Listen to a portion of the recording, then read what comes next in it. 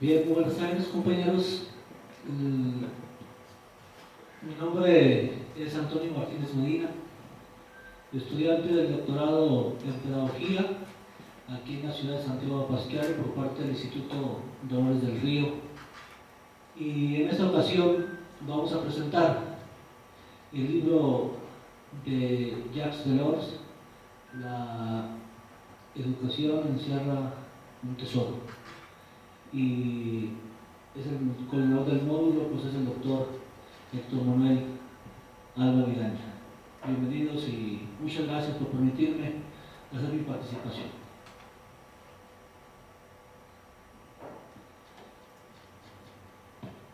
Sin lugar a dudas, yo creo que quien haya tenido la oportunidad de darle lectura al libro de Jacques Delors deben dar cuenta que es en el que se basa ahorita el nuevo modelo educativo en el país. Yo creo que todo su contenido está plasmado a un quehacer pedagógico dentro del nuevo modelo educativo. La perspectiva pedagógica que plantea el autor lo considera de la manera siguiente. Dice que la educación es un instrumento necesario para el progreso de la humanidad, señalando a los niños y adolescentes como prioridad, revalorizando los aspectos éticos y culturales, señalando la idea de educación permanente para dirigirse a una sociedad cognoscitiva, es decir, que conoce, que quiere conocer. Hace una prospección alertando que el crecimiento económico a ultranza no está alineado con la conciliación del progreso material y la equidad con el respeto de la condición humana y del capital natural sostenible. Idea de la educación para toda la vida.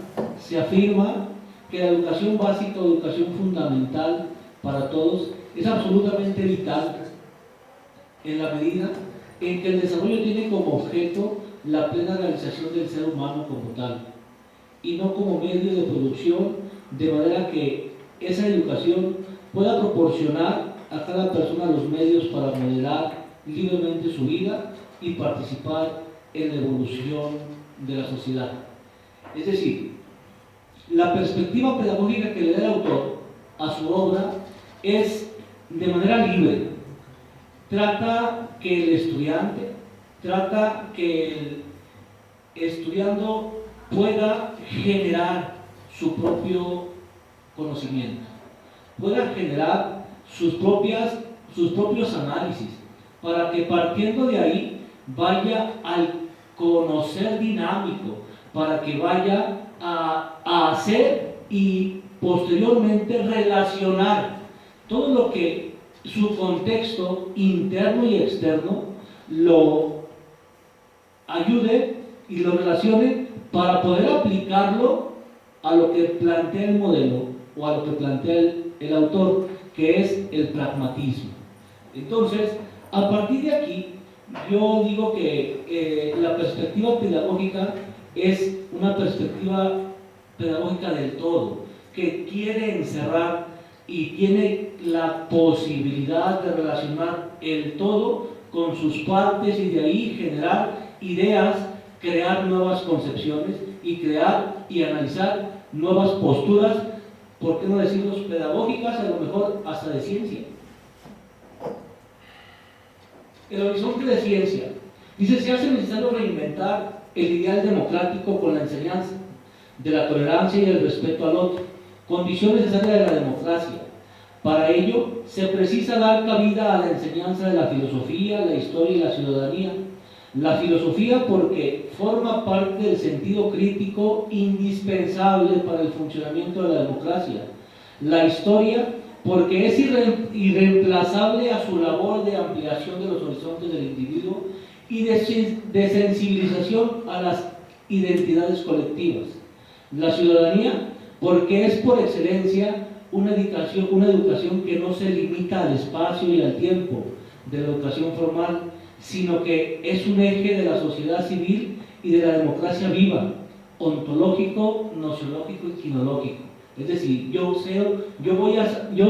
quiero saber qué hacer, cómo hacerle, pero también voy a permitirle al alumno o a la persona que se mueva para poder generar ese conocimiento, para poder generar las cosas que yo tengo que tomar o que asir ese aprendizaje para poderlo llevar a la práctica y poderlo transmitir.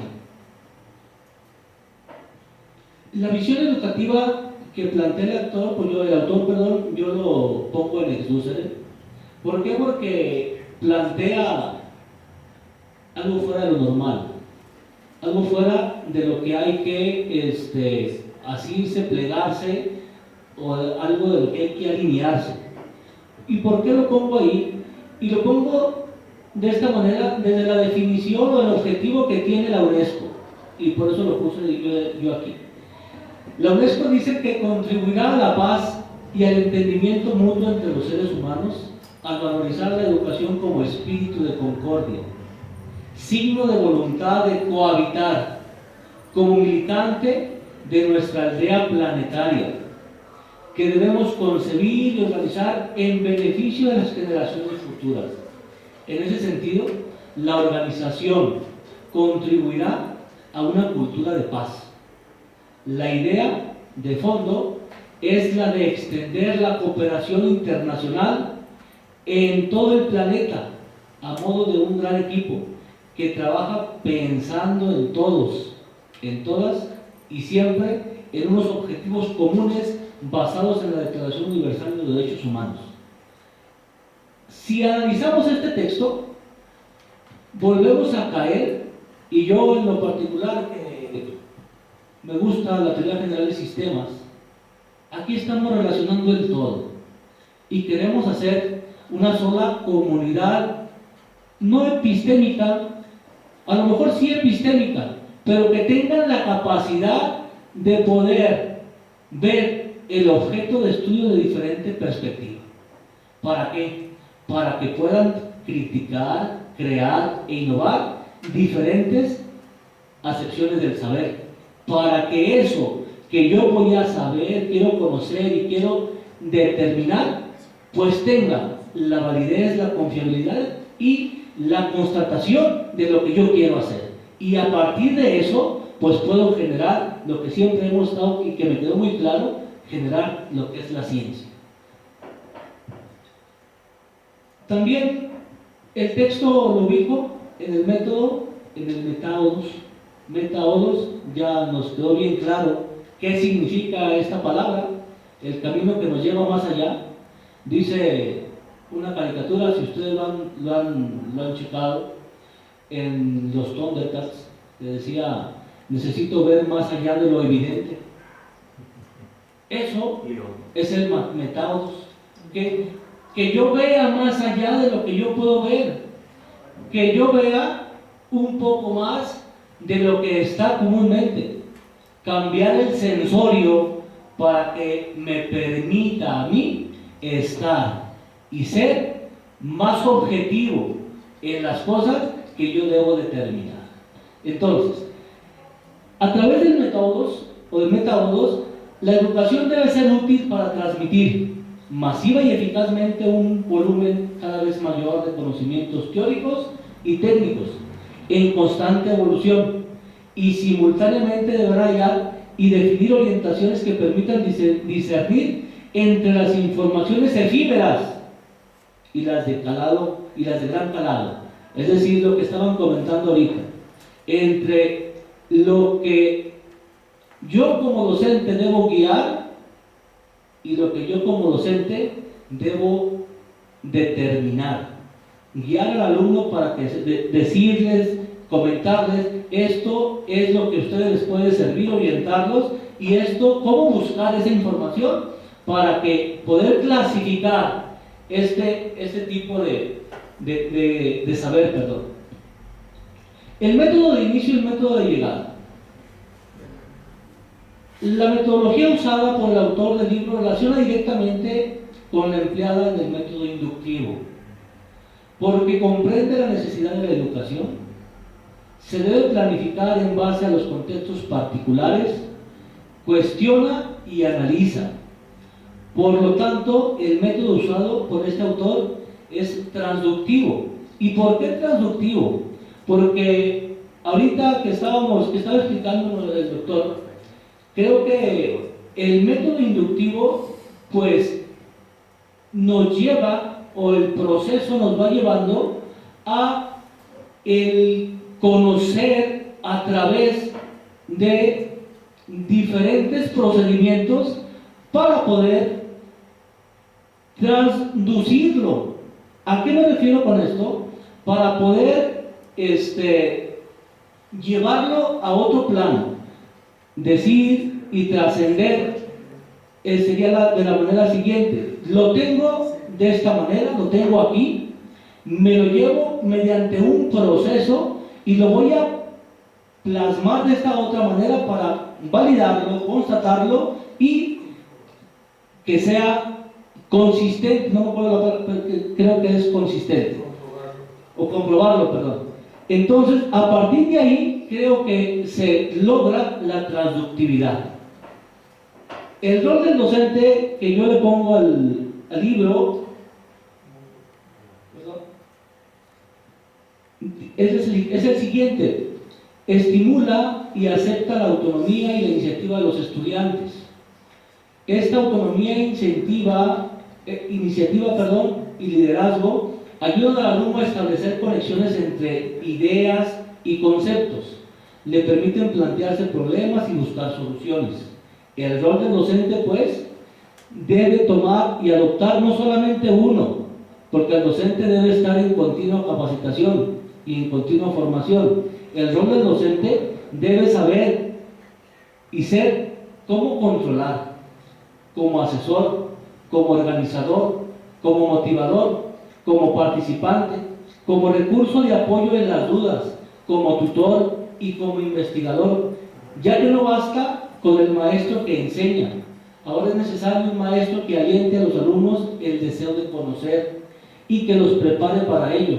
¿Por qué? Porque recordemos que a partir del modelo pedagógico que tenemos ahorita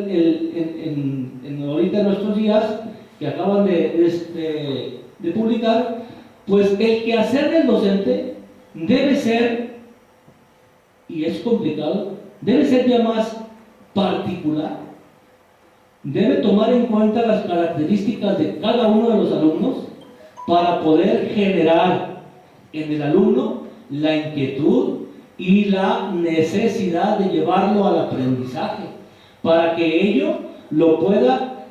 el alumno pueda tener un aprendizaje significativo, y ese aprendizaje significativo nos dé la oportunidad de que el mismo docente guíe al alumno para que lo ponga en práctica y que esa práctica sea de utilidad para la vida.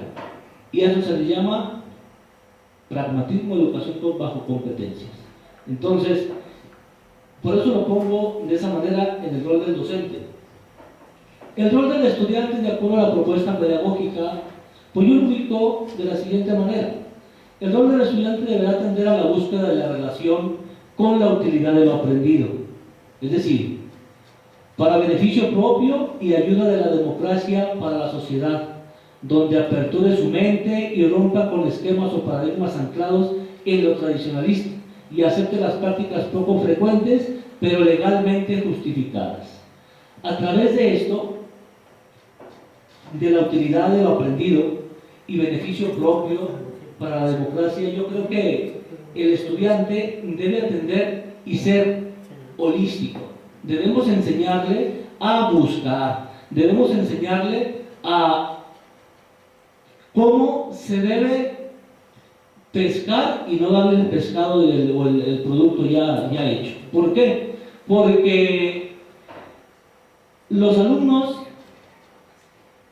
que están en la universidad, en la institución, en el instituto, que tengo la oportunidad de dar clase, tenemos y tienen problemas para determinar cuando le dejas un examen libre.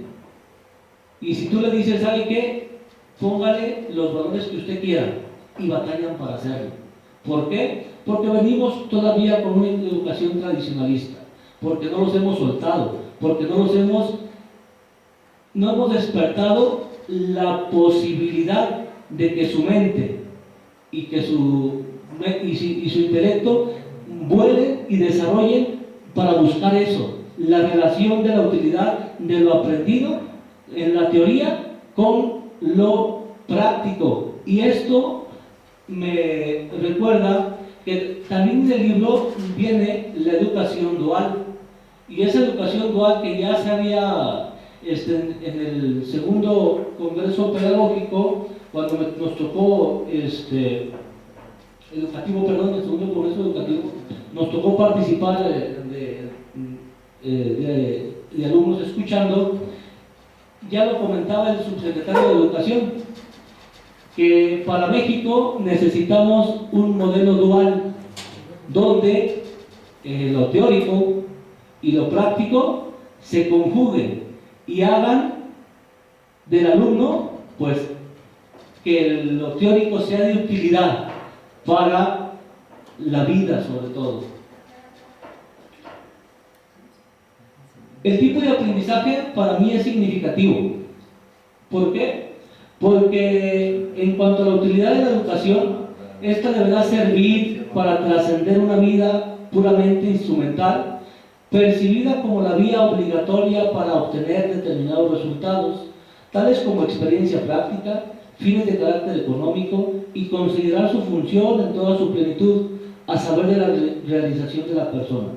Es por todo esto que en el futuro habrá que imaginar concepciones innovadoras del tiempo de trabajo en que se tomen más en cuenta las preferencias individuales de los trabajadores y la flexibilidad que necesitan las empresas. Por ejemplo, la formación alternada, o lo que les comentaba, la formación dual o sistema dual, cambio de paradigma de migrar de la noción de calificación a la de competencias.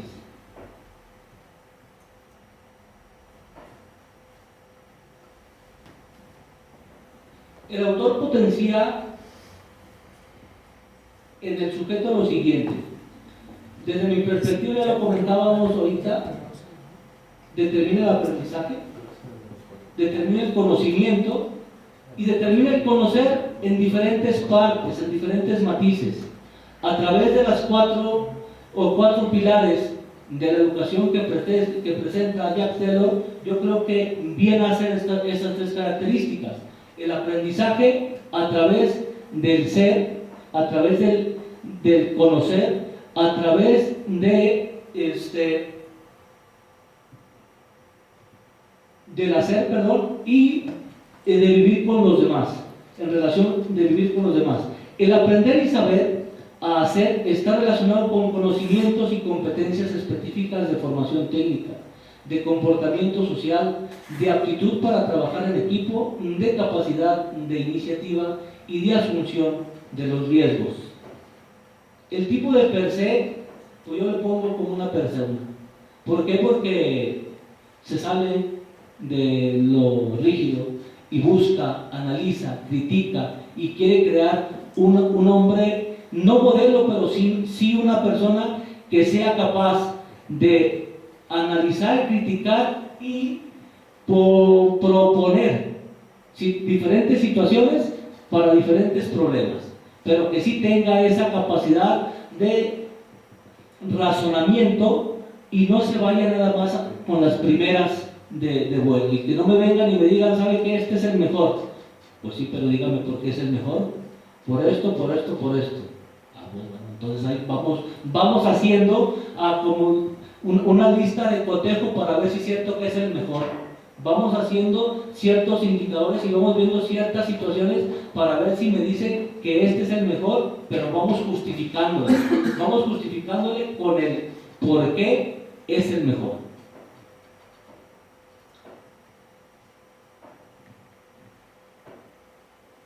El tipo de hombre, pues yo estaba en un dilema, porque lo ubico en pedagógico, pero también tiene un poco de vivendi hasta ciertas características. El maestro Cruz lo especificaba también en científico. y yo estoy ahí entre uno y otro. Por lo siguiente, dice, en su análisis a través de su trabajo trata de crear un hombre que no debe ceñirse a lo establecido. Lo demuestra en los análisis que realiza el paradigma, donde cada persona debe hacer lo que la comunidad epistémica realiza. Delos, por lo contrario, se plantea que el hombre que se pretende formar puede salirse de un orden preestablecido, de algo dado. Por este hecho, el tipo de hombre que va a formar es un homos pedagógico. Hasta ahí me queda un homos pedagógico, porque creo que reúne más las características de un homos pedagógico que de Vivendi, porque Vivendi ya es un poquito más elevado. Y científico sí lo trae, pero siempre tenemos que ver hasta de qué punto tenemos que partir y a qué punto queremos llegar para sistematizar ese científico. En la perspectiva epistemológica, pues únicamente le puse el pragmatismo. ¿Por qué? Porque es educación bajo competencias, es utilitarismo, es que sirva para la vida, y de esa manera yo lo vi. El tipo de saber. En ese trabajo se desarrollan algunos conceptos y los significa. Nos dice qué son, también realiza explicaciones de los mismos, o sea, nos dicen cómo son, incluso considera a la ciencia como algo en constante transformación en movimiento. Desarrolla su tesis desde el supuesto saber, gnosis y cognosis, pues además de decir lo que es la ciencia y el paradigma, también lo describe y entiende a la ciencia como un corpus en movimiento, estático y cambiante, lo que obliga a la comunidad epistémica a modificar sus teorías para asimilar los nuevos conocimientos y transformar el paradigma de las mismas. Yo lo veo y lo sitúo en una cognosis que me va a llevar a hacer muchas reflexiones para este libro, perdón.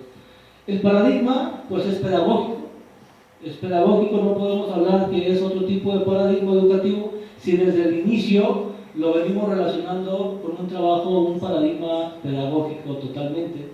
Trata sobre la educación a lo largo de la vida, un imperativo democrático que tiene sus fundamentos en los 4 pilares de la educación mencionados en el capítulo anterior, con el ideal de que cada persona durante toda su vida, en educación formal y extraescolar o no formal, pueda aprovechar al máximo un contexto educativo en constante enriquecimiento, por lo que es necesario reflexionar acerca de la distinción entre educación básica y educación permanente, teniendo en cuenta que el principio de igualdad de oportunidades es un criterio esencial para cuantos tratan de establecer progresivamente las diversas etapas de la educación permanente. Es decir, es original. Es la originalidad lo que nos plantea Jacques Delors, y a partir de la originalidad, pues le podemos dar otros matices que tiene este mismo quehacer pedagógico, original, innovador, que pueda mejorar cualquiera de las, inclusive me atrevería, no sé si esté bien, a decir que puede ser una superación de tesis contraria. ¿Por qué? Porque podemos relacionar una tesis con otra tesis y superarla en este sentido, ¿va? Y puede ser que caiga como original. En el plano del autor no lo definí, pero sé que es pedagógico, me faltó definirlo esa parte del plano del autor. La dimensión de la creatividad. Es importante concebir la educación como un todo, no solo dar prioridad a la adquisición de conocimientos en detrimento de otras formas de aprendizaje. Y yo lo definí aquí, una dimensión de la creatividad como un conocimiento sistémico. Conocimiento sistémico porque tenemos que relacionar el todo con sus partes. Tenemos que relacionar cada una de las cosas para poder tener una buena objetividad o una buena objetivación de las cosas, pero sí pararnos y pensar bien dónde estamos y a dónde queremos llegar y determinar ese punto que nos lleva a sistematizar a la pedagogía. Aquí en el conocimiento sistémico es importante tener la relación y la visión del todo para poder decir a dónde quiero ir y a dónde quiero llegar, y estar bien puntuales en esos puntos, porque si no lo hacemos nos podemos perder en el camino. Si no lo hacemos nos podemos extraviar partiendo de que el conocimiento sistémico abarca todo, pero ese todo también puede ser y se puede confundir en nada. Y al final no podemos o podemos no estar en la línea que debemos estar. Las características de la creatividad, pues los roles que deben adoptar y aplicar el docente, los habíamos comentado, es todos esos roles, no nada más uno. El docente debe estar capacitado como controlador, como asesor, como organizador, como motivador, como participante, como recurso de apoyo en las dudas, como tutor, como investigador.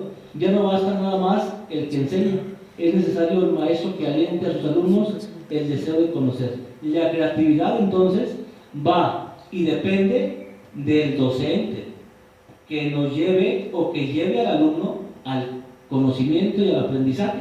¿Para qué? Pues para poder determinar los aprendizajes,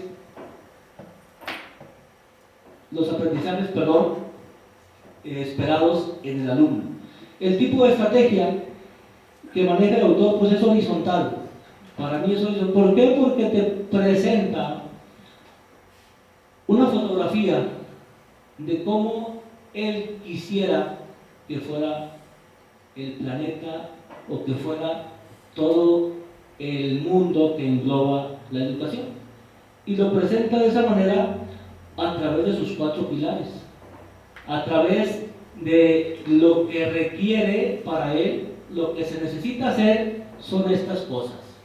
Lo que se necesita en la educación son estos 4 pilares. Cada quien puede enfrentarlos de manera diferente y de diferente punto. Y cada quien podrá hacerlo con la creatividad, con la innovación, que en su particular hacer lo pueda determinar.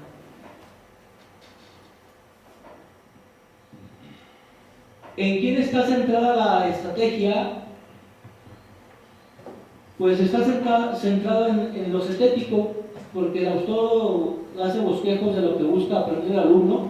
No te dice esto es lo que debe aprender, sino que te lo dice de manera general, mediante un acercamiento del sujeto al objeto, y que éste se reafirma en la puesta en práctica, es decir, en el saber hacer.